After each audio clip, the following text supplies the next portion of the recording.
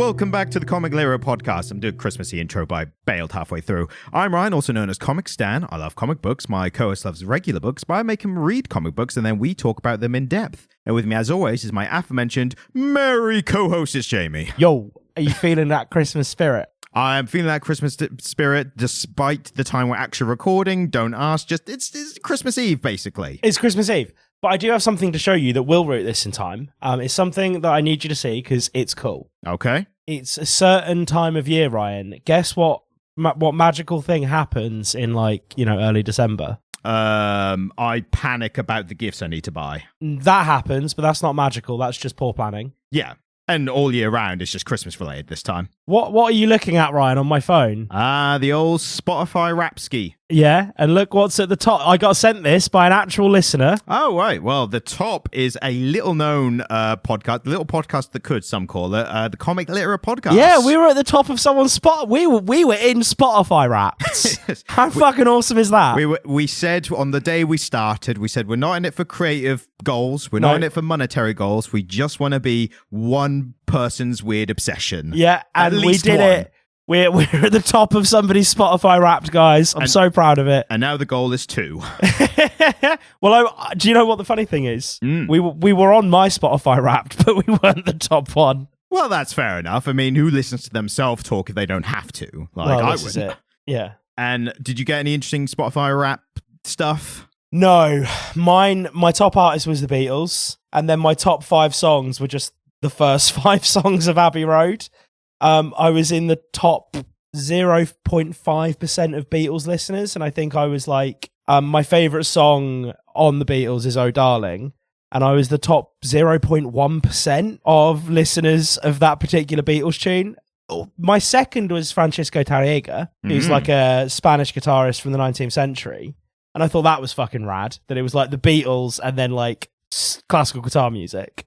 I think if you looked at mine, you'd be like, what is this guy into, musically? Yeah. The one thing that was funny was I listened to a band called Ghost, if you heard it. Goth, metal, not even, it's a really hard to define band. They're fun. It's like, I describe it as, it's the Beach Boys, it's the Pet Shop Boys, but metal. Yeah, kind of, yeah. But I've been listening to that, and June apparently is when I most listened to them, because it gave you kind of individual months. Didn't you go and see them in June, though? No, saw them they did a cinema thing of a live gig. Yeah. So it's went to the cinema to watch a live show of theirs. Yeah. So I was listening to them around that time, and Spotify was like, June was your vampire rockish metal phase. And I'm like, vampire is a bit that's not entirely correct. I got one of those. I'm gonna quickly grab it because it is funny. I felt like if you've ever seen it, the South Park episode with the goths and the vampires when Twilight became famous, I felt like the goths being like, we're not vampires, we're goth. God. March was my Royal Core Loot classical season. Right. They're really going out their way to get shared, to be like, look at this weird thing we called your taste. Absolutely. I only listened to 504 artists, though. I didn't screenshot that, and I can't be asked to find it. But I thought that was quite a lot, and then I was talking about it with my girlfriend, and she was like, dude, I've got 1,000, and I'm not a music person. But then I think some people will go with Spotify and just playlists that will go to other artists. And that's it. You haven't picked them, but Spotify's just like, this is similar to what you listen to probably. And this is the thing, I specifically listen to albums. So it made sense my top 5 songs would just be the first 5 songs from my favourite album. Not my favourite Beatles album, because that's a whole other discussion. But the Beatles album I've been vibing with the most this year has been Abbey Road. I've had a very Abbey Road kind of year. And so, it was just because I'll put Abbey Road on the way to work, and then I'll get out of work and be like, I could finish listening to Abbey Road, or I could listen to the whole of Abbey Road again. And so it's just the first 5 or 6 songs, which is half an hour of me walking to work. Just Abbey Road again and again. Oh, mate. Have you listened to Abbey Road? We don't have time for that. It's phenomenal. That's another podcast episode. Right, Christmas. If the Beatles ever make a comic book, then we can talk about it. I am going to find... I think they had magazines in the 60s. I bet there are Beatles comic strips, so I can just talk Beatles to you. Maybe Peter Jackson will produce one. Yeah, maybe. It was funny for me. I got one of those, you're in the top 1% of listeners for this artist, however. I'm not even going to do the, make you guess who it was. It's a soundtrack to a Japanese RPG game called Persona 5. Right. But the soundtrack is so good that I just listen to it as music. And it's all original music. Like, it's all like made for the game. But then when I saw it, and I was like, oh, I guess that makes sense. Like, not many people listen to like video game soundtracks as their on repeat. On the move, whatever. Right, Christmas, holidays and all. Hanukkah, Kwanzaa, all of them. We are focusing on Christmas because Eid's this time of year, isn't it? Maybe. I don't know. Sure, but I don't know. But Christmas we're focusing on because we are doing a good old classic DC superhero teams up with Santa story. Fucking great. The old classic Christmas story. We find one for every year, don't we? Yeah, and to be fair, this one is a little more recent. It came out last year, but it didn't complete until after we recorded our Christmas episode last year. In fact, I think we talked about it last year and we were like, oh, that'll be fun for next year. And now that's awful, Ryan. That's a horrible look into my own mortality. And what's even great especially is there's a sequel to this comic coming out now, currently. That will be ready for next year. That we'll do for next year. And we'll just keep doing this series every year. And to be fair, I had fun with it. Yeah, me too. And just for anyone wondering, it's Batman Santa Claus Silent Night, but the night is with the K, oh, like the Dark I didn't Knight. see that. I didn't look at the title. That's clever, isn't it? It's a bit of fun, isn't it? And also for the credits, it was written by Jeff Parker, art by Michele Bandini and Trevor Hairsine, and color by Alex Sinclair, letter by Pat Bosso. So, how'd you find it? Did it give you Christmassy spirit enough to not shut down the factory and instead pay for little Jimmy's surgery? It did. Cool. It really did. That's like the best. That's the highest tier of Christmas Xmas content that you can get. Really, it made me want to defy capitalism with more capitalism. Yeah, but giving up a bit of your capital to like buy a turkey for the village and that kind of stuff. Yeah, it's altruistic capitalism. Yes, so it was that good. It was that good. I had fun with it. It exceeded my expectations. Yeah, and this is it. I go into these sort of campy themed things that we do. Generally just at Christmas, really. Yeah. With desperately low expectations. And it exceeded them, and I enjoyed it. There are some plot holes. Oh, yeah. There are some issues. But it's also one of those, you don't go to this comic for the plot. No, you're there for, like, kitsch, Christmassy fun. Yes. Artwork. Starting with the arting. Basic DC house style. I thought it looked pretty good. I think it was the better version of the DC house style. Yeah. But it's definitely like, I've seen this art style like a lot. The one design choice I thought was interesting is Batman kind of looks a bit more like the Adam West cowl. Do you know Smaller what? ears. That's so weird that you were saying that, because I even thought his jawline poking out of the bottom of the suit was a bit Adam West. And I think that's literally just like an artist or writer kind of like, let's just, for ours thing, let's make a little Adam West. Yeah, just a little bit of fun for me and you know? Do you know there's comics there's comics for everything. There's comics that continue the Adam West Batman story. I did know this. And there's ones that continue the 89 Keaton Batman story as well. Oh, we need to read some of those. Yeah, there's a Batman comic for every situation. Keaton Batman is Tim Burton nipple Batman, isn't it? No, Tim Burton, no nipples. Joel Schumacher. Yeah. I think it was Clooney. I don't know if it was Kilmer as well. It was definitely Clooney had the nipples. Right. He also had the Bat credit card. The Bat card. Yeah. Some bank was like, well, we don't need to verify your identity. You're Batman. We'll just put Batman on the card. It's fine. Don't worry about it.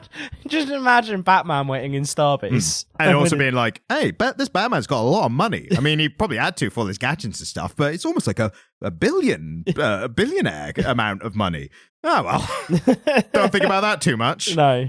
So, yeah, Batman, he's teaming up with Santa, and we're done with the art because I think that was all we could say about the art.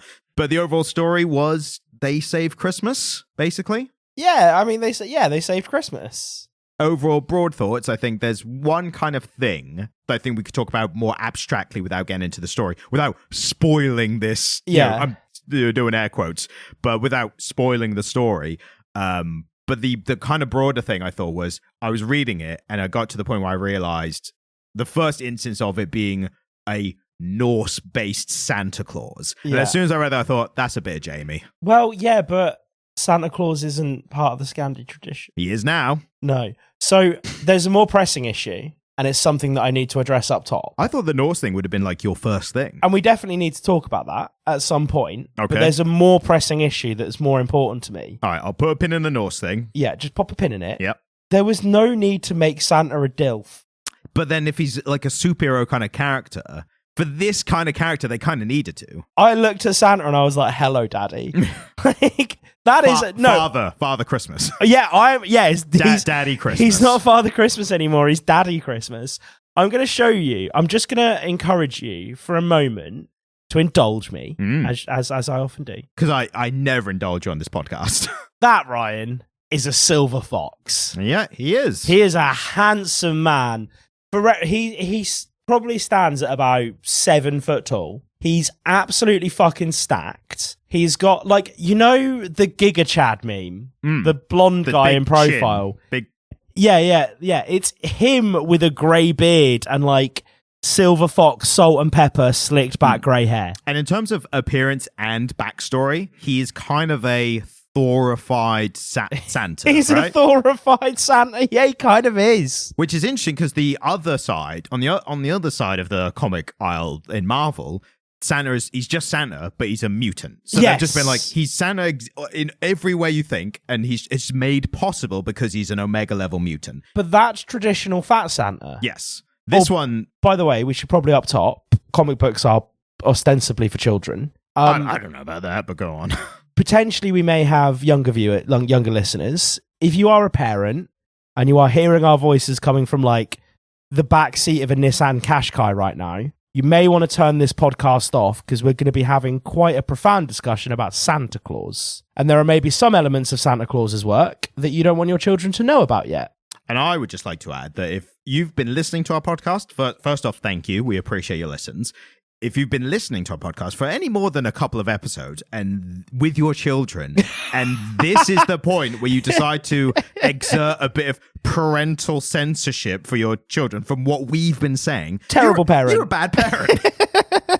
You're really bad at this. But also keep listening. We want to see your Spotify rap. Thanks for listening. Make sure your kid downloads separately on their phone so we get double the downloads. Ryan. That's so capitalistic. They're the ones letting their kids listen. Yeah, this is very true. We've crossed the Rubicon now. Might as well make some money out of it. Anyway, Hot Santa. Yes. Thorified Santa. Thorified Santa. Fucking Daddy Santa. I thought it was a fantastic character design. Yeah. I like the backstory and the explanation of it all. I loved the flashbacks when we get young Santa. He's great. Kind of looked the same. But he was a little bit less grey and a bit more stacked. Yeah. And his kind of backstory, I immediately was just like, oh, they're reframing this entire thing. Yeah, and I thought that was the most interesting part. I like they slowly kind of get into it with, they introduce Zatanna, the magician character, basically. And I like they do a little bit of detail where just like, she's like, oh, I've got this story that might actually tell us like what his kind of backstory is. And I think they go into enough detail where someone's like, oh, hang on, you just were surprised that Santa exists. Like how, but she's like, well, now I've met him and now I know he exists. Of the stories that there are, I think I can now pinpoint which one's probably the most accurate. Yeah.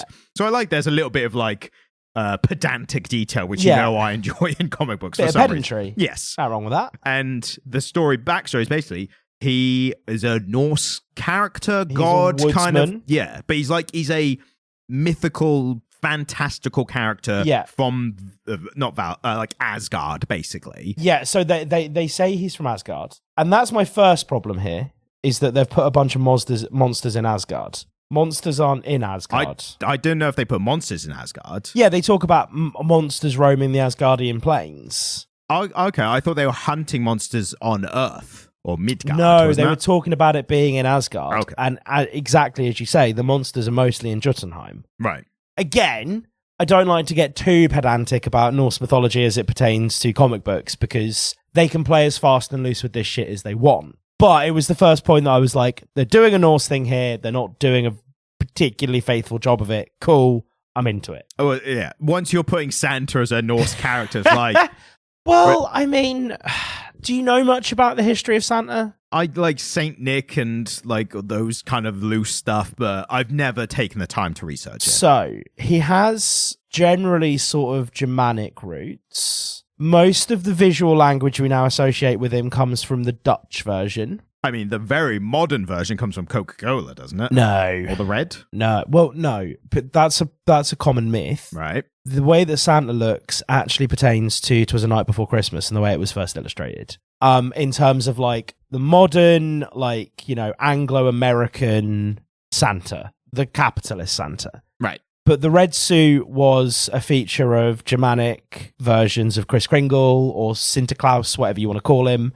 Also a feature of the Dutch ones. There is a figure in British pagan history who is really similar to Santa. And actually a lot of British kids will grow up calling Santa Claus Father Christmas. And Father Christmas like wore green and had a thorn crown. And he would like bless people around this time of year and give gifts to children. He served a similar role. So there are versions of this figure from most sort of Western European, Germanic parts of the world. But yeah, like the codification of Santa really happened in the 19th century with "'Twas the Night Before Christmas."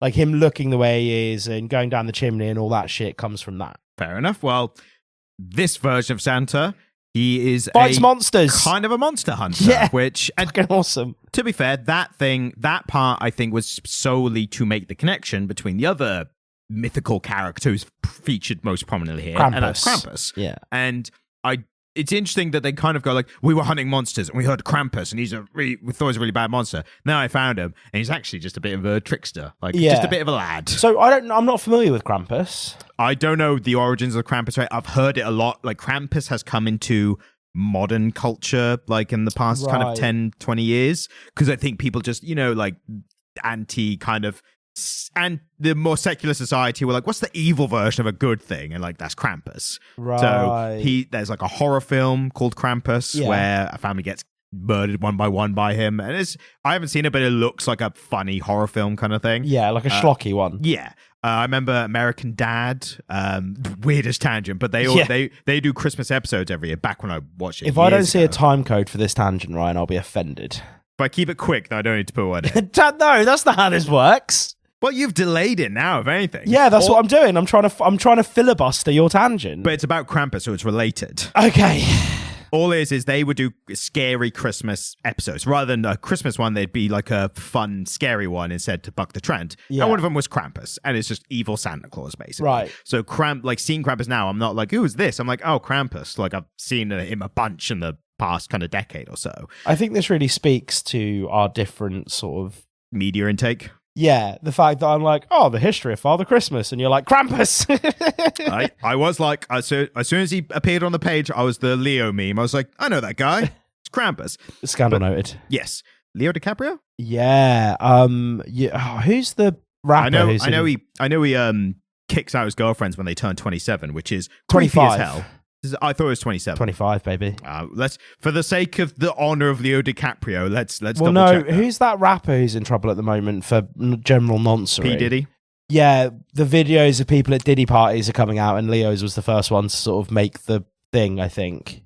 Okay, so has anything... I would not be surprised if something came out by him because of the girlfriend age thing. That's weird enough in itself. There's a video of this him... is going to be a time-coded tangent. Yes, that makes sense. I heard that he once took a girl on a date and he rented out a whole cinema to watch the whole Star Wars trilogy and just ran around playing lightsabers. You hear stuff like that and you're like, is it true or is it just something we want to be true? Yeah, because it's funny. Yeah. Apparently it's 26 that he normally like kicks them out. We were both wrong. Yeah, but still creepy. Like very. You get a lot of like those manosphere people who are like, well, consenting adults, there's nothing wrong with it. Why having to go at Leo? It's like he's legally allowed to do that. It's still fucking weird. Can't, but we're allowed to say that's fucking creepy of him to do. Yeah. So, where was I? Krampus. Krampus. The thing I found interesting was they obviously wanted this dichotomy to be the kind of main driving plot of this whole thing. And I thought it was interesting that they became like they're kind of Christmassy version of like God and Devil, but in this instance they just kind of hang out. Well, so they're stuck together because the Bifrost destroys before they can get back like thousands of years ago. But they have like We're stuck here now. They have this whole body cop era, don't they? Well, exactly. Where they're just cutting about doing their thing together. Although this is where the big plot hole comes in. Because within the confines of the story, and we're getting into spoiler territory now, I don't care. All right, full spoilers for this spoilerific story or whatever. Krampus gets all murdery because some of the spirits that are in the in-between realm. Yeah. But Krampus starts getting murdery when he's hanging out with Santa back in the day. So he wasn't actually murdery back then. He was like so this is what I kind of appreciate. But he starts getting murdery at certain points with back in the day. But his whole thing is he scares children into thinking he's going to be murdery. And at one point, it gets to the point where Santa goes, oh my God, he's actually done it. He's eaten some kids, banishes him like in 2 seconds. And then it's like, then someone's like, oh, hey, the kids are just here. That makes sense. Right. Yeah. And I think, to be fair, like Santa did notice. So basically, they're kicking around like in some point in history where people live in villages or whatever. Yeah. And Santa's like, they both kind of like, oh, the wickedness of man or whatever. Yeah. And I think one of them's like, maybe we could make people change. And Santa's like, well, we can't do that with adults because they're set in their ways. Like, they're too far gone. We can't do anything with that. But if we focus on the children and like instill some good, attributes in them, then they'll grow up to be decent people. Yeah. And I think this is a whole way, it's a kind of contrived way of tying in the whole Santa bringing presents for good children. Yeah. And they tie that in with the Krampus law because Krampus will eat bad children. So Santa literally refers to it as like the carrot and the stick. Yeah, it's carrot and stick, isn't it? And basically, like the example instance they show is like some kids are bullying this other kid who's trying to protect their family's goat or something. Yeah. And Krampus gets the bully. He's just like, oh, I'll eat you, you're bad or whatever. And Santa's like, whoa, don't, like literally good cop, bad cop. Whoa. It's like, and he says to the back, he's like, look, my partner's crazy. Like, I don't know what he's going to do. But you know what? If you're good, like maybe I can keep him away from you. Yeah. And they're like, yeah, we'll be good. And then Santa's like, yeah, it's actually a really good idea. Like, it really fucking works. Yeah. And then the girl who defended the goat is like, and you know what? I'm going to give her a present because she was acting good and protecting her family. And they're like, oh my God, we just created a whole new system of making children be good. So I appreciated like the lengths they went to bring this into this kind of world and story. Though it was fun. So I'm going to be honest, in my reading of it, I totally missed the panel where they found the kids. So I thought it was really quick and so I thought Krampus had fully murdered a kid, and that's why Santa like banished him, and then he felt guilty about it for no reason. Yeah, you have closed that plot hole for me in a way that makes the entire rest of the story make more sense, Ryan. It's an airtight story. Now you heard it here first. Yeah, it kind of is for me at this point. I think it was a really quick. Like I had to kind of re-look to make sure I read it properly. Yeah, like, I have a policy where I don't look at things twice. Because they don't show the kid. Like, literally, the panel is a parent, like, pointing off panel, being like, oh, there they are. Like, not even like, there are the kids we thought Krampus in. Just, oh, there they are. Right. And then Santa being like, oh, no, I've done something wrong. Ryan, we now have to wrestle with the fact that this Christmas-themed DC comic book was too subtle for the guy with an English degree. Well, you see, if you've done a proper read, if you really observe the text done properly, a close reading. If you handed in your essay on this, like, well, there's major plot holes. Like, Jamie, they found the kids. Oh no, I failed. That did once happen. Really? To me. Yeah, I once wrote a whole essay where I thought that John Keats had lived in the wrong century. Wow. Let's be honest, I was pretty fucking drunk.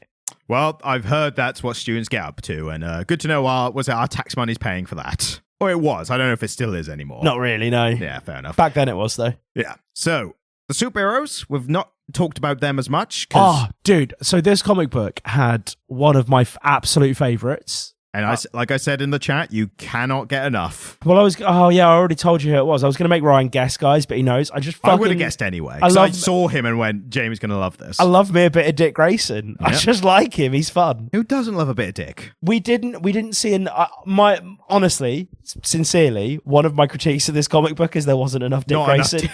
Not enough Dick. There wasn't enough Dick Grayson, man. Nightwing's fucking amazing. He's fun. I always likened him to a emotionally stable, it was like emotionally matured Batman, basically. Yeah. Like, had the same tragedy, but because he had the Batman figure, he's healed from the trauma, but he's still got superhero stuff to do. And again, the last time we did any Bat Family stuff, I was like, I'm intrigued to see more Damian as Robin. Yep. And Damien as Robin was cool. I mean, he was a bit neutered here. Like, again, there wasn't a lot of depth to any of the characters because of what it is. Yeah, the thing with Damien is he kind of has been neutered from when it depends what point in like the history that you're seeing in. Because obviously when he first meets Batman and he's like already a like 10, 12, like that kind of age. Yeah. But he's like raised since birth by the League of Assassins and hardened fighter and warrior already. So at that point, that's my favorite kind of era of like Batman-Robin relationship, because he's like, Father, why don't you just simply kill the criminals? And Batman's like, whoa. Whoa, buddy. Hold up. But now, to juxtapose it later on, when, as I said, Damien has kind of become the Robin character like that Batman wants him to be. And when they arrive on the scene of some carolers who have been murdered, basically, and I like this, going a darkish route from that, and they're going into the crime scene, and Damien goes, whoa, someone wasn't a fan of carolers. Yes. And I loved Batman's response to this and what it means. We maybe don't say these things. Batman says, Damien, only say things like that around me, and try to get to a point where you only think them. Yeah. And what I love about that especially is you can, on the surface level, that's Batman being like, you shouldn't be that callous around, like, about these kind of things. But my interpretation, I'm like, don't quip. Like, too many superheroes quip. We in the Bat family, we don't quip. I mean, Nightwing does, but he's Nightwing. He can, you know. Dick Grayson. Yeah, Dick Grayson can do whatever the fuck he wants. And some of the others probably do as well. But you're Robin now, and you don't quip.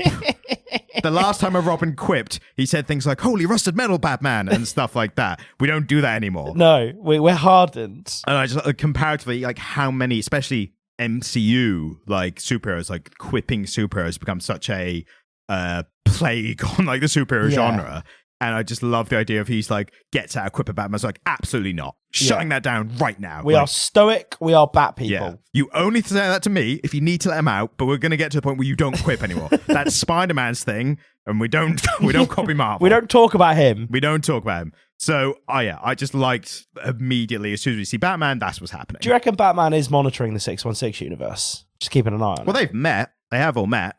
Yeah, they've done a big Marvel DC crossover and stuff. I bet Batman is keeping an eye on what's going on in the 616 universe. I mean, look, as we've established now, one of my kind of favorite themes of this comic is Batman's done everything. Because at this point, we realize, like, everyone's seeing Santa for the first time, going like, oh my God, he's real, and blah, blah. Batman traveled the world with him for a bit. Batman's just like, all right, Nick. No, he doesn't even say that. He's like, all right, Chris. Yeah. He calls him Kris Kringle. He's like, all right, Chris.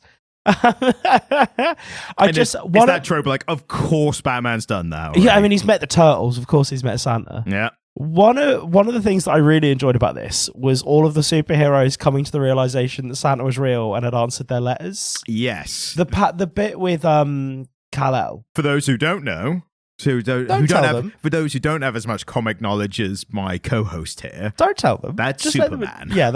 Superman and I are just on first name terms. When he's talking with Superman, and he's like, oh, the one thing that Superman wanted as a kid was a coffee machine for Dad. And he's like, I think coffee's yucky, but Dad loves it. Oh, doesn't that just tell you everything you need to know about Clark Kent? And the opposite for Batman, which I thought was a really good little line. I read it, I was kind of like, okay, like, yes, that makes sense. And it was a little cute of a line, but I'm like, but it fits. And but the line, for anyone who hasn't read it, is, and this is like deep into like when they're kind of at like the penultimate battle kind of part, like it's deep into it. And they go to rescue Damien because Krampus has Damien, and Batman and Santa's like, well, I have to rescue Damien, like, especially for his dad, who is the kid whose one Christmas request I could never fulfill. Yeah. And you're like, and Batman doesn't even acknowledge it. Yeah. He's like, right, let's go. Come on. Like, it's not even like a tear or anything. Yeah. I mean, that's miserable, isn't it? But that's Batman. That is Batman. That's Batman and that's Superman. Like, that's them, like, in a nutshell. What happened to Superman's, like, adoptive dad? Still alive, like, most of the time. Like, some runs and iterations, or, like, before they've reset a universe, I think they might have killed them off. But generally, they are, like, the status quo is they're both alive and in Smallville. And Superman will, like, go back to them, constantly visits, like, as Clark Kent, and maybe, like, gets advice from them and that kind of stuff. Do they know he's Superman? Yeah. Yeah, because there's a lot of great Superman, like, growing up stories about, like, there's a great example that someone else kind of pointed out online, but it's just a great one to repeat. But it's the difference between the original Christopher Reeve Superman and the Zack Snyder Cavill Superman. And I'm saying this in the writing of the character, right? Right. In the original one, he discovers he's like having powers and stuff. And there's like, I've seen comics where it's like fun things where he has one of his powers kicks in and something weird happens. Yeah. And he discovers the spaceship that he arrived in or stuff like that. And he has this kind of panic, and they like kind of find him to like, if he's run off or something, they find him, be like, hey, what's like, things are happening weird, but we'll help you kind of thing. And his kind of main thing is like, can I still be your son though? Like that kind of like, because he realizes he's an alien. And is this the Christopher Reeve Superman? This is like comics in general, right? Wow, that's so sad. The specific example is there's him in the Christopher Reeves version. There's like a scene where he lifts a tractor as a child, and they're like, there's something different about this kid. Oh boy, yeah, that guy. But what happens is, as he's developing the powers and they are like helping him and stuff, and his dad's like imparting all this wisdom about how you should help people and this kind of stuff. At one point, they're walking along and his dad just has a heart attack and dies, right? And in the comics, he's normally alive. For some reason, in both the films, they killed Papa Kent off. Yeah. But he dies. And that was great for that film because it instilled this idea that the reason Superman is so hell-bent on saving everyone is because even with all his powers, he can't save everyone. So he's trying to do what he possibly can to help as many people, because even he can't. Even he has felt the tragedy of losing a loved one. Yeah. So he, tries to stop that happening from anyone else. In the Zack Snyder version, he's like a really young-looking Cavill. So he's like. He's a 30-year-old teenager, like that kind of look. I mean, Cavill's got one hell of a chiseled jawline to be 15, hasn't he? Exactly. They give him the long, weird grunge hair to like try and make him look like of the era. But so there's a tornado comes into town or something, and they realize the dog is locked in the car of the path of the tornado. Yeah. And Clark Kent is like, yeah, I'll go get him because I've got superpowers or whatever. And his dad, who's played by Kevin Costner, is like, no, you stay there, I'll get him. And none of them at either point go, well, hang on, he has powers and he will be all right. Like, he's fine. Like, you both know he has powers. But he's just like, no. And then he goes in, lets the dog out. Dog lives, obviously.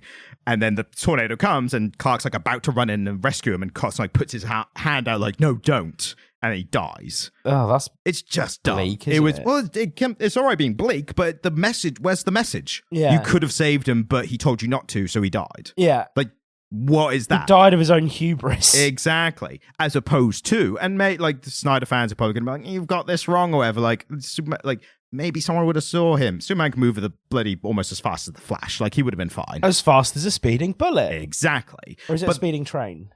Speeding bullet. He can... something else. I think it was train, and then they changed it to bullet because they upped his powers. In the first ever description of Superman, I don't know if you remember this, he can jump relatively the same as a cricket. Yep. That's how they described it. It's one of those things that's like, well, that is impressive, but I wouldn't phrase it like that. Yeah, exactly. Yeah, like the phrasing is poor. Yeah. So that was a Superman tangent. I will put time codes in for that because it's not about the comic or Christmas stuff. I think that was my fault as well. No. I mean, it's on topic. Like, it should be in the podcast. Yeah. But I'm just saying, if someone was like, get back to the Santa Claus comic, like, there's a time code for you. But yeah, speaking of Santa and how he interacts with people. Yeah. Why I thought was a very nice touch, Daddy Claus. What I thought was especially nice touch is the way how he refers to people when he meets them. Yes. It's their name and whatever the name they went by as a child. And their address. As a child. Yeah. So it's not like where you live now, but so he's literally remembering them from the list that he had. So there are a couple of moments where they get into some really silly Christmas punny things that I just need to highlight. Because when you have those moments where you're like, all right. I make that noise probably more than any other repetitive noise on this podcast. Like a line will just happen. You just go, all right. Oh, come on. Yeah. He's holding somebody and he says, your word to me matters. I know when you sleep and I know when you wake. Was that that's the flashback? Yeah. So I think that's interesting because stuff like that, I'm more okay with that because to me, that's like a one-off. Yeah. And has been then taken by the people and reused and tooled into the myth. Right. You know what I mean? So it's not quite for me like, was it Marvel 1602? He's a daredevil, that Matt Murdock who's blind and maybe isn't blind. Like, well, he wasn't even Daredevil. They said he's a real devil. Yeah, well, I think they even call him Daredevil. Like, if I remember, maybe. But that level, like heavy-handedness. It made me groan. This kind of stuff actually makes me go, oh, okay, so he did that like once. And then it's just people are like the legend has spread of you headcanoned the shit out of that. Yeah, of course. It made me groan because that whole flashback is the myths being born out of what actually happened. Yeah, I suppose. And again, I'm not like fighting for the sake of line. I'm just saying this is what I thought it was. I didn't have that as much of a reaction. And you know me, very pedantic. I'll always have a come on. That was a really heavy reference. All right. But like, I like the idea that he's just like, he said it once, and then decades or thousands of years later, people are like, he knows when you're asleep. He knows when, and he's like, why are they saying that about me? And so I was like, yeah, you said that like 1,000 years ago. It's like, did I? Like, I haven't said it since. Like, you said that one time. Yeah, you say something one time. And I don't want that to be my thing. Yeah. Oh, he knows when you're asleep. I've always thought that song's really creepy. I mean, it is creepy. But it was Christmas songs tend towards the creepy, though. But it was written in a less cynical time. It was. In the same way that some main character's first name could be Dick and no one laughed about it back then. Look, you fucking besmirch the good name of Dick Grayson. I'll come for you. I've got nothing bad to say about Dick. I'm as a bigger fan of Dick as anyone else. Good. You better be. But you see my point. I do. Now, there's one character I think we need to pay special attention to, right? Because his introduction, I think, was something that I think should be a big pivot of the story and maybe even like should be incorporated into the larger DC universe. What do you think of Peppermint John? Fuck off. It's one of the best names ever, right? Yeah, but again, that was one of the moments I went, ugh. So that was just like, all right. So Peppermint John is an elf.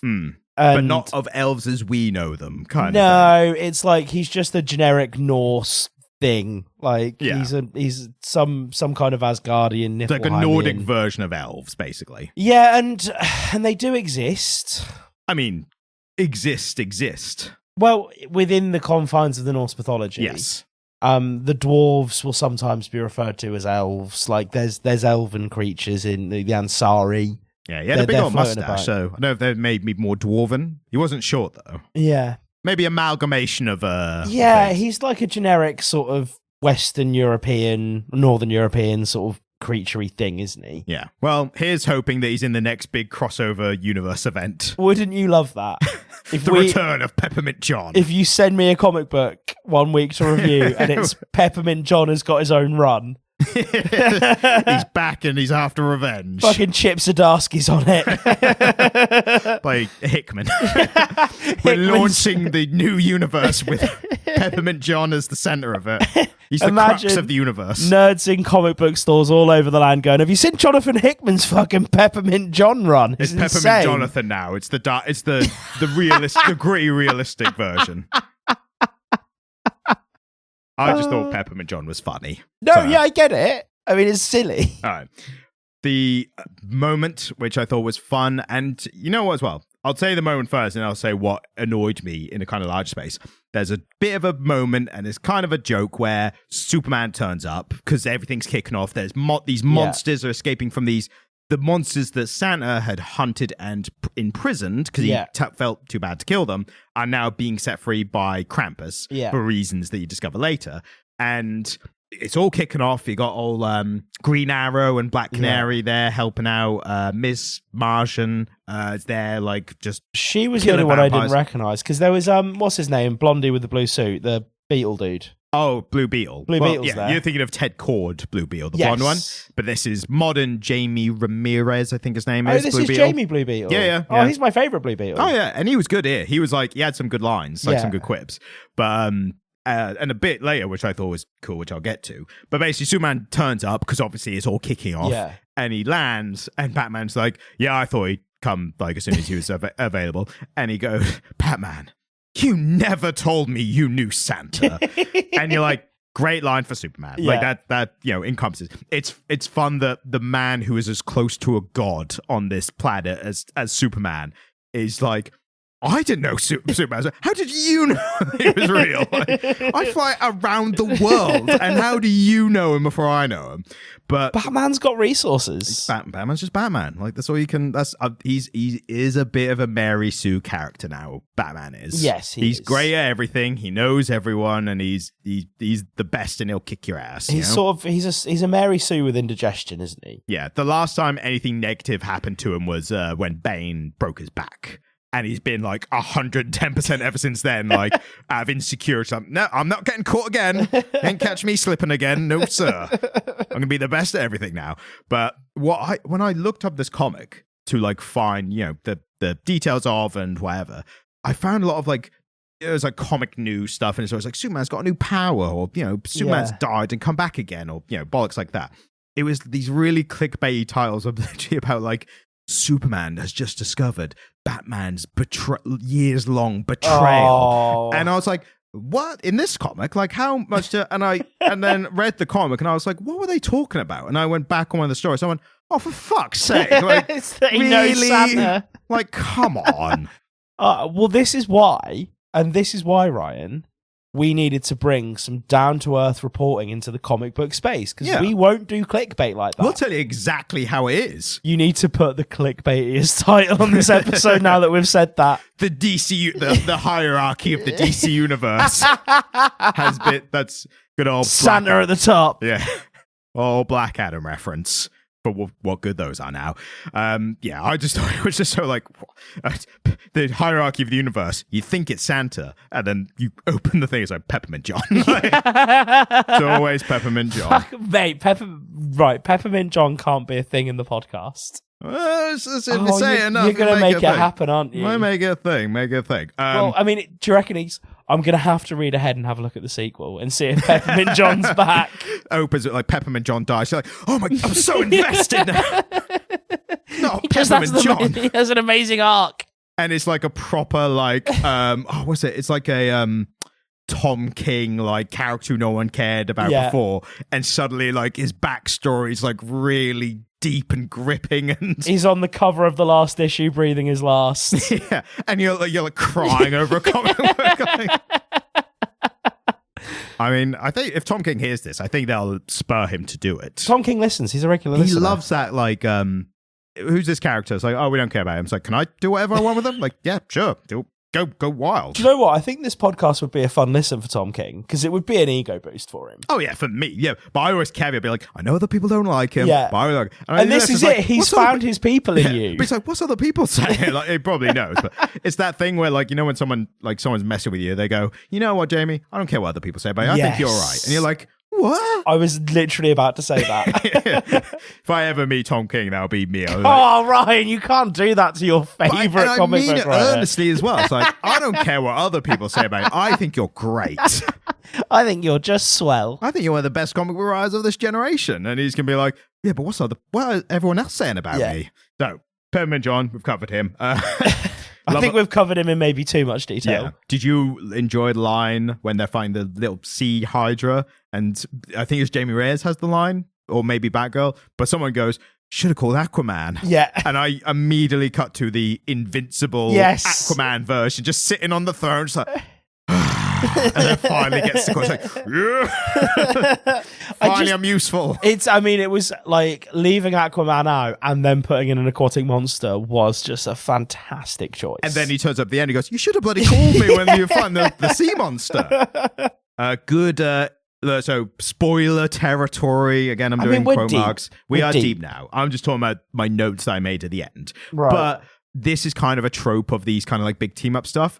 Bloody the spirits from the Phantom Zone in between universe. Yeah. They come out of Krampus and then find the strongest person around to possess him as bloody Superman. Yeah. Superman getting possessed and it's like, oh no, our biggest gun is on the other side now. It's just one of those things that when you bring Superman into a fight, if you don't want that fight to instantly end with everyone just getting lasered to the face, you have to know. You can't not nerf Superman, you know? Yeah, And they did it in a reasonable way, I thought, here. I mean, it's the way that it kind of always happens. Superman gets possessed by somebody, now Superman's bad for a bit. Yeah, but in the way that he doesn't immediately start lasering everyone. Because he doesn't know his powers. Yeah, these possessed creatures, they don't even know what a Kryptonian is or even what a superhero is. They're just like, oh, he seems pretty strong. Getting him. It's like, whoa, we can fly around. Like, they're literally like, whoa, we're like flying around and stuff. And he's really strong. And I think even Batman's like, thank God they don't know about his other powers. And I like the way they get Jamie Lee to just absolutely fucking hammer him with Kryptonian energy. Jamie Ramirez. Yeah. BB. Let's call him BB. Well, no, we have the same name. I have to use his name. Okay. Jamie Ramirez, then. There aren't many superheroes called Ryan kicking about. Do you know what I mean? No, you know what? Surprisingly, no. Not that I know. Although your favorite superhero is played by a guy called Ryan, and I imagine... Yeah. It's close enough. I'll take the win. Yeah, this is it. Take the representation. I did especially like that part for the moment where like Superman's evil, he's kicking around, everyone's like, we got to sort out evil Superman now. And Batman goes, don't worry, I have a contingency. And I had a little groan at that part. I was like, of course, Batman's going to have a contingency plan. The man with no powers can just immediately take out the man with power, like with all the powers, because he's Batman. Like, the Mary Sue stuff. It turns out his contingency was the fact that he was the first person to recognize that they don't know that he has powers. Oh, no, I thought the contingency was Jamie Ramirez. Little Boobeal. He's like, Boobeal, take on Superman. And even Jamie's like, what? Superman? Are you kidding? And then it turns out, I think Jamie Ramirez didn't know this until he did it, but it turns out his suit can create all kinds of, it literally makes weapons. Like, that's how it works. And some of the weapons he can make is a kryptonite firing laser. Yeah. And so he just takes down Superman pretty easily. And I'm like, I like that. The Batman's contingency plan isn't that he's got a thing or he's made a plan. He's like, that guy actually can sort Superman out. Like, that's my plan is to use that guy. My plan is that teenager over there.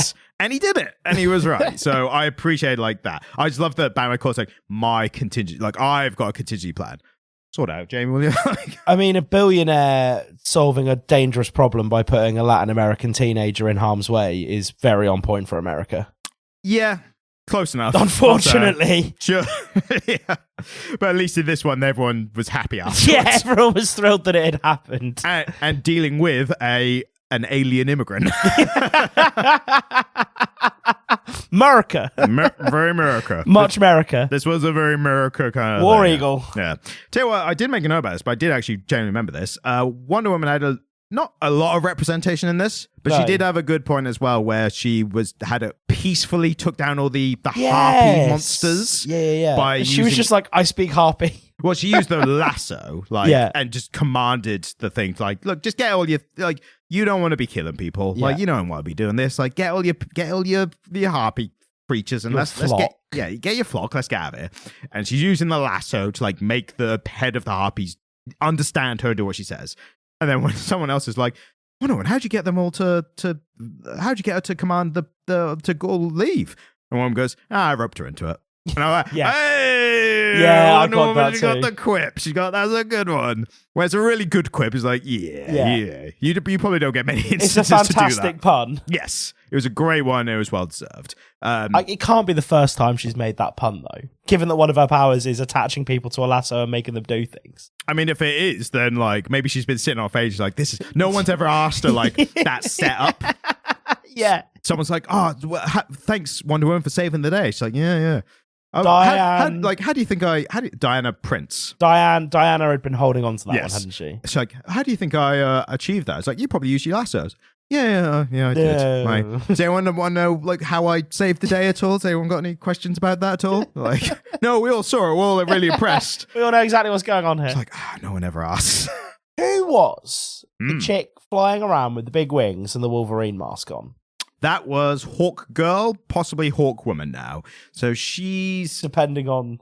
Yeah, I don't know if she's still called Hawk Girl. Like I know it's Hawk Girl. I don't know if that's changed because like why would you keep? She's an adult woman. Why would you keep calling her girl? Yeah. At least Supergirl, they keep rebooting her age, so she is like younger than Superman. She's always a girl. Yeah. Yeah. But yeah, Hawk Woman, I think she's most famous, at least I only know her from the old Justice League Unlimited cartoon. Right. So she was like one of the main ones there.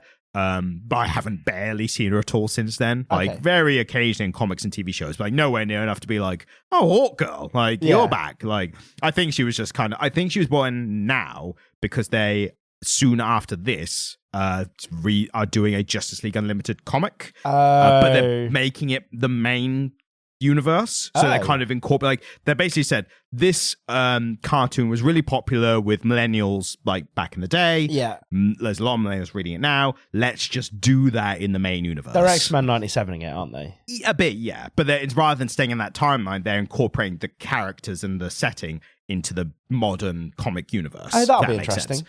So yeah, I hope. And to be fair, proper Justice League Unlimited, like there was a Justice League cartoon, and she was one of the main 7, I think, or 8 then. And then they did Unlimited, where the roster opened up to like hundreds of superheroes. Yeah. So you get all different superheroes like every episode. Yeah. And she actually ditched the mask at that point because she was like, I can't remember her reasoning. She was like, I don't need this bloody mask anymore. But yeah, she was interesting enough to, see her again. I mean, if you've ever worn a mask, I feel like doing superhero work in a mask, the mask is actually an impediment. Oh, yeah, especially the kind of mask. Like, if it's one that kind of blocks, like, your peripheral vision, like, that'd be an issue. I feel like that wouldn't be very helpful in a fight, right? But then maybe she's got, like, hawk eyes or sight or something. Maybe she has hawk eyes. Yeah, she's actually, she's an alien from an alien race of people that just all have wings. Great. Like, that's her big thing. Although in the Justice League thing, her race did come to Earth and really fuck shit up for, like, to the point where the Justice League, like, had to go on the run. And there's a great scene where they have to go on the run because the world's being taken over by this race. And they're like, well, we have to go undercover. Like, we need disguises. We can't just run around in our bloody suits or whatever. And someone's like, well, we have disguises, our real identities. Like, let's just do that. Yeah. And like, and the Flash at that point, and it's Wally West Flash to this point for some reason, but he's like, whoa, I like you guys, but I don't think I trust you necessarily with my secret identity. And Batman literally just goes, Clark Kent, Wally West, Bruce Wayne. And Wally West is like, fine, like, I guess. Oh, is it not Brian at that point? Brian? Oh, what's the Flash's name?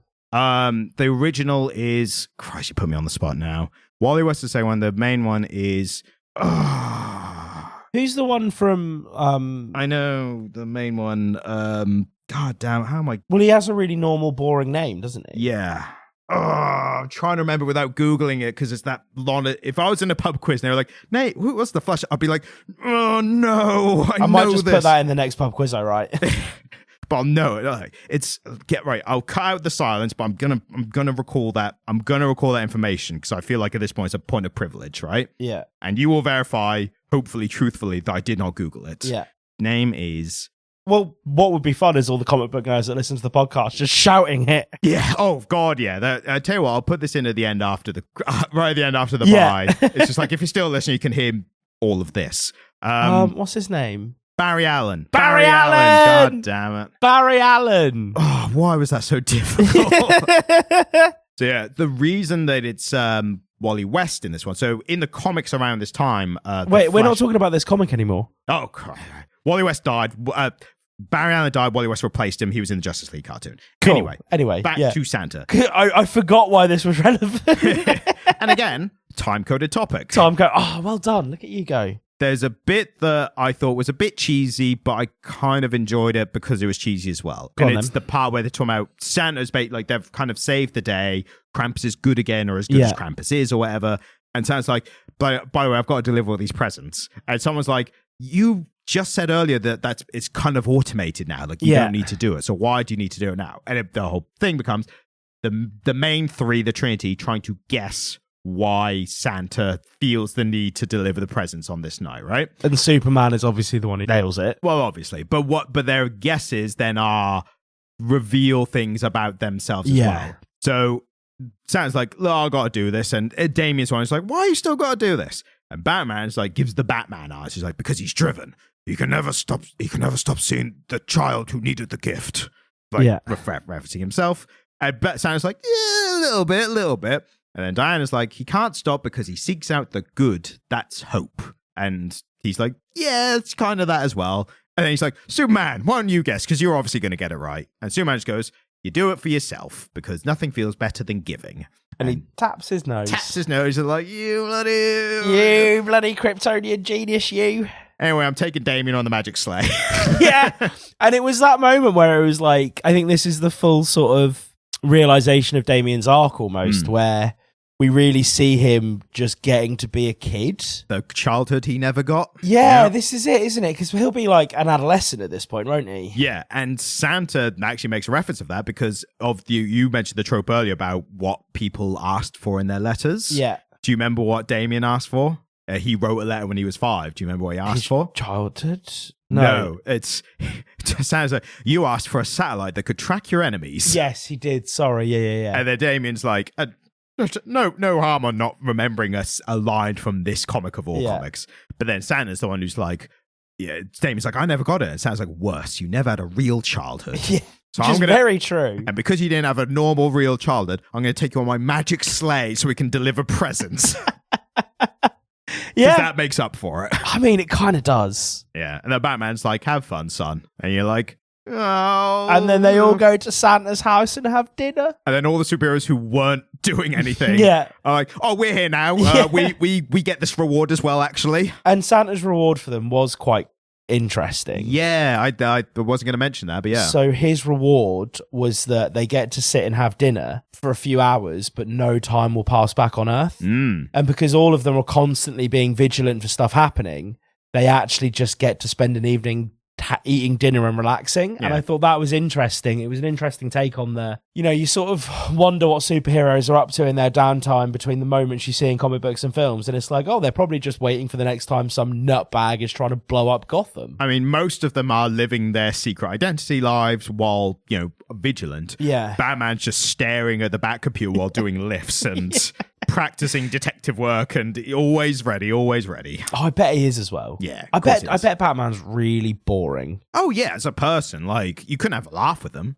He not almost like certainly doesn't drink. Not like you could with what's blonde scarab dude called? Ted Cord, the original Blue Beetle. Yeah, like, I reckon... Ted Cord and Booster Gold. Yeah. Absolute lads. Like, Booster Gold... A night out with Booster Gold and Dick Grayson would be fucking fantastic. You know you're not getting any, because it's Dick all Grayson's for Dick. No one's looking past you. It's all for Dick, isn't it? But, yeah, like... Yeah, it worries me that I've built Dick Grayson up to the point now that I'm actually a bit disappointed he's not a real person I get to meet. You've got that, what do they call it? The parasocial relationship with a fictional character? Yeah, I do. You could get, you know what you could get? And if I had the money and means, I would do this and maybe I'll do it one day. Dick Grayson body pillow? Yes. A waifu.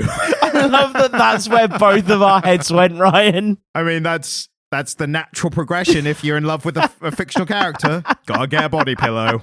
It's nothing else. What would I even do with it? What would I do if my girlfriend came home and just found me cuddling with Dick Grayson? I mean, it's either that or you wait a few years and get the Dick Grayson AI companion. Oh, mate. Yeah, Dick Grayson just with his bat and fucking hanging out, saving Gotham together. He's just like, hey, whatever's troubling you, I believe you've got this, and you go get him, man. If you could have an AI companion of any real or fictional person, living or dead, who would it be? Should we not do superheroes for the sake of the podcast? Well, no, because we already know who mine would be. Okay. Dick Grayson. Who do you think mine would be? Living person, dead or alive, or just comic book heroes? The superhero and then anyone. Your superhero would be Daredevil. Yeah, I think he'd be a downer. Like, I really like the character, but he's always guilt-ridden and he's always so which superhero does Ryan most? Yeah, I suppose the actual which one would you, if you could have an AI companion, like her, the Joaquin Phoenix film, but of a superhero character? It wouldn't be Deadpool. Yeah, it'd be too much. Like, you'd like it initially, but after a while you'd be like, shut up. Like, turn on mute, The chaos. Yeah. I'm trying to think for myself as well. I think Superman would be, no, Captain America. Yeah, Captain America. Do you know the problem of having Captain A would be, though? What? You can't... What possible problem could there be? You can't walk around with a near-perfect moral compass, because he would look at your every shitty decision and be like, Ryan, why are you doing this? You assume I'm making shitty decisions. The listeners Ryan, might not know you've been making shitty decisions I'm making. You've been making a podcast with me for 2 years, mate. This isn't a path that good life decisions lead you to. Point made. Yeah, but then that's how you get better, isn't it? Like, maybe you can't get that diet going, you can't get to the gym, or you can't, like, be sociable, see friends, and Captain America's like, come on, I think this would be good for you. Like, I think, you really benefit from this. And you can do it. And you're like, bloody hell, if Cap believes in me, then maybe I need to. Yeah, no, you're right. It would be Cap. It would have to be Cap, wouldn't it? Yeah. Dick Grayson's a good one for that as well, though. Dick Grayson's a good one. I mean, I have a real fondness for Nightwing and Captain America. They've become two of my favorites. Yeah, and they're good ones to have. I just love Cap every time Nightwing or Cap turns up. I just get a little bit happy. And that's mark of a great character. It's why the Nightwing comic is still doing well selling, right? I'll always look at like the best-selling comics to, have a look what's doing well, what's popular, and what we could cover on the podcast, right? And normally, like, there's always number ones. Like, if a number one comes out of a popular character, always sells well. Yeah. And then if it's not good, it drops off, yes. right? And obviously, there's some that then go a bit further. Now, if it gets past like 2 or 3 issues and it's still selling well, I'm like, that might be good. Like, that's worth a look. And all the Ultimate stuff is done, follow that trend as well and everything. And the only one that gets past like the small numbers is like Nightwing issue like 25 or 36 or whatever. And you're like, and I'm just like, people love this Nightwing, right? Yeah. Like, no wonder it got nominated like several times for those Eisner Awards. Yeah. So maybe we'll have to dip back into that. And we loved it.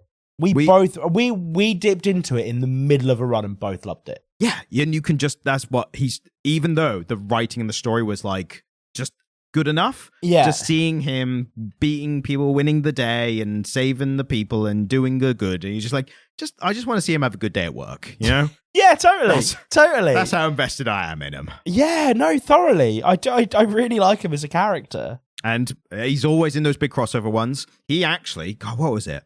There was something I read recently where the superheroes had to come together. It was a big crossover. It was the ultimate absolute power, it was called. Right. And the thing was that Amanda Waller and she and some other supervillains had kind of taken everyone's powers somehow in some really superhero shenanigans way. So they're all powerless and they're all trying to fight back against her, and she's taken over. She puts a lot of like AI made like fake news videos about all the superheroes like killing people and being bad, and for whatever worth that was. Basically, the point I'm getting to is someone's like, we need to rally behind someone. Like, someone needs to kind of take the charge and lead or whatever. And a few people are like, well, it's obviously going to be Batman. Like, come on. Like, who else can it be? Nightwing fucking takes the mantle. It's like, right, come on, people, let's get on it. Everyone's like, all right. Yeah, cool. Like, I mean, again, he's a well-adjusted Batman. Yeah, and even Batman, I think, was like, he's better at that. Like, I'll take charge because I have to at moments. Yeah. But if we have a choice, people like him more. Yeah, and I think this is the interesting thing, isn't it? Batman is kind of a natural leader because he has the resources. But also he's meant to be a solitary character. Yes, and this is it, isn't it? Whilst he has the resources to make things happen, his character is not that of a natural leader.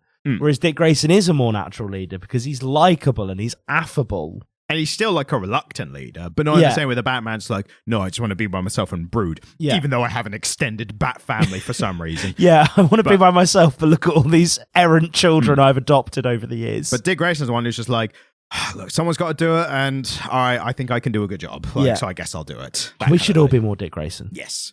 And on that note, I think that's the message of Christmas that I think you should take away from this podcast is in this time of festivities and holidays and all that, you should aim to be more like Dick Grayson. We should all just be more Dick Grayson, Ryan. Think of your neighbors and treat them as if you were Dick Grayson, yeah? Well, I think that's a good message. I think that's a you wonderful can put that on a card. I'm going to, for you. And speaking of Christmas cards, I think we actually got one addressed to the podcast. Have we? Yeah, it was one of those weird ones where, we get a card and you're like, well, there's not enough information on here for it to have been posted. So maybe someone dropped it through. But then does someone know where I live? Like that kind of creepiness. And I got one of those as well. Yeah, well, I was addressed to the podcast as well. Weirdly, it was addressed to the Comic Literature Podcast at gmail.com, but they put it through my door. Well, that's a bit worrying, especially because that's not the email address we use, because ours is comiclyra@gmail.com. So maybe... What did I say? Comiclyric.podcast at gmail.com. Oh, yeah, sorry. Is that not what I said? You said comiclyric.podcast at gmail.com. No, it was just comiclyric@gmail.com. Okay, I'm sorry. Right. That's fine. The one I got had the correct email address on it, and it was interesting because normally they have like a bit of like thinking of you this time of year and blah, blah, blah. But this one was like, if people like the podcast, they should go to their podcast catchers and rate it 5 stars. That's weird, man. Yeah, I know. And I was like, I read it and I was like, and it was printed in the card. So it was like made by someone. Like a Moonpig card. With that message. Well, maybe it was a Moonpig one. But yeah, I thought it was really weird. Did yours add any interesting messages? Only that it just, there was a sincere wish that at this time of year, all of my reviews be 5 stars. That's fair enough. Mine had a little like bit about if you like the podcast, share it around and share that holiday podcast cheer. Yes, and if you have cheer to share yourself, then write into comiclera@gmail.com to share it with the people who make your favorite podcast. Yeah. And I was like, this is a long card. Yeah, I mean, that is... It's a bit wordy now. Was it one of those that like had a little bit of paper on the inside and it had like pages to it almost? No, it was just all like a big wall of text, like a Star Wars scroll, just like on the on that side of the card. Just on the right-hand side where the message is. And sometimes I have a little bit on the back, and I looked on the back and it just said, and also check out TikTok and YouTube and affiliate. Well, like where channels. The branding would normally be. Yeah, exactly. That's next weird, to the barcode. Man. Yeah. We need to find out who's manufacturing these Christmas cards, man, because this is weird. Whenever something weird happens, I always think probably aliens. But when it's this time of year, I go, probably Santa Claus. Yeah. And now we know Santa Claus, like, he ain't half bad to look at, so. Oh, man. Daddy Claus. Well, on that note, happy holidays, Merry Christmas, and all that bollocks. And next episode is actually the 100th episode. That's a big one, isn't it? Yeah. So obviously, can we announce it yet? Can we announce it yet? Yes, next week. Let's bloody do it. Next week, the 100th episode. 100th episode, Comic Literate Podcast. We are talking about the comic book that Ryan and I really formed our love of comic books together over. The one that ignited the passion in us. We're talking about Saga. We're talking about Saga. And coming full circle from starting first episode, Why Last Man, written by Brian K. Vaughan. 99 episodes later, yep, we are talking about Saga. I'm so excited. So tune back in for that, and thank you, goodbye. Thank you, bye.